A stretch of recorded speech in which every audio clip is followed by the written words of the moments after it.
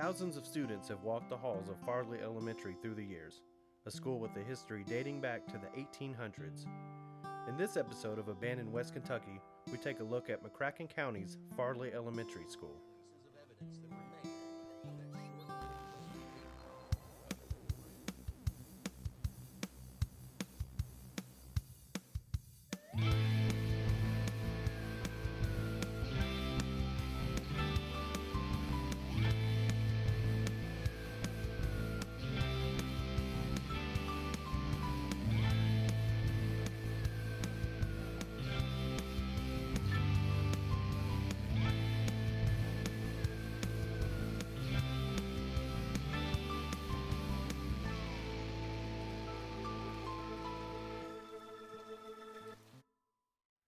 Farley Elementary was built in 1897.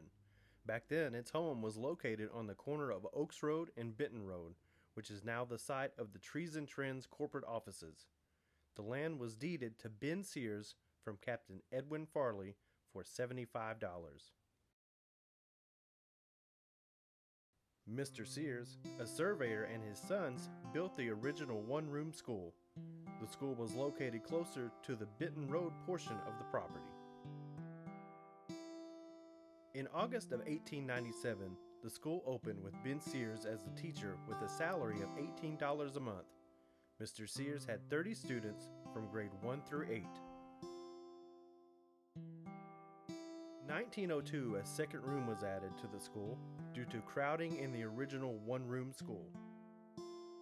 1921 saw enrollment numbers hit 148, with 73 of those numbers being male and 75 females, pushing the small two-room school to capacity and requiring the utilization of an additional building across the street from the school. The head teacher in 1921 was Fannie B. Jones. Her monthly salary was $89. The building by this time was in dire need of repairs. Poor ventilation, no lighting, and poor heating was just a few of the issues. 1922, Farley Elementary was upgraded to a new brick building with 4 classrooms and an auditorium located downstairs. 1936, Farley PTA had become federated, meaning it was recognized by the state and federal Parent-Teacher Association. The floodwaters of famous 1937 flood made their presence known at the school. The school was heavily damaged with several feet of water standing on the first floor of the structure. 1939 saw interest in a Farley basketball team, with the janitor, Carl Hovkamp, a pretty good basketball player himself, on board as coach. 1944 saw the PTA organize the first fall carnival at the school, a tradition that ran up until the last year the school was open and renamed as the Fall Festival. The 1947 and 48 school year was a noteworthy year for Farley School. That year's Fall Festival raised $375 that the school used for a filing cabinet, books for underprivileged children, repair and replace some of the playground equipment. In 1949, discussions began on enlarging the school due to overcrowding once again. Heading into 1959, the school had 650 students and had expanded several times with several renovations, including indoor restrooms, new playground for the first and second graders, as well as a baseball team. 1961 marked the end of the 7th and 8th graders at Farley, moving those students to Reedland Middle School, putting an end to the school's basketball team and leaving a void at the school. The following year, in 1962, the school added its first library with Alice Arnett as the first librarian. In 1968, Farley School adds their breakfast program, offering students breakfast at minimal cost. The 1976 school year brought in a new principal, Mr. Edgar Doors, as well as rumors of a plan to build a new school. May of 1979 was the last year for the old location on Oaks Road, moving the Farley name along with the students over to 1250 Husband Road. From 1979 until the 2015 school year, Farley Elementary remained at the Husband Road location. The roof was redone in 1993 and a new wing was added a few years later, but for the most part, the school has remained the same as far as the layout from when it was first built until the last day it was a school. Assistant Superintendent Jonna DeJarnett explained the decision to close the school came down to enrollment trends and the location where enrollment numbers were increasing. With the help of a hired consultant, using collected data, the decision to close the school was made, and resources that were once used to keep Farley open were used in more efficient ways. Today, the playground is empty, the halls are quiet, and the smell of daily lunches and breakfast no longer fill the cafeteria. In the second half of our video, we will tour what the school looks like today. McCracken County Schools continue to maintain the grounds, and with help of security cameras, very few vandals have made their way in. Local authorities use part of the old gym for training and often patrol the grounds. Let's take a look around.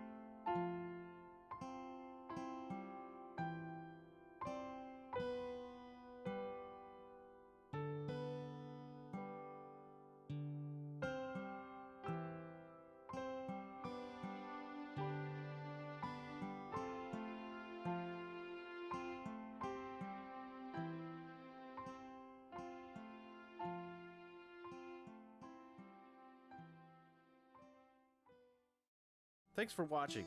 We hope you enjoyed the history and the tour of Farley Elementary.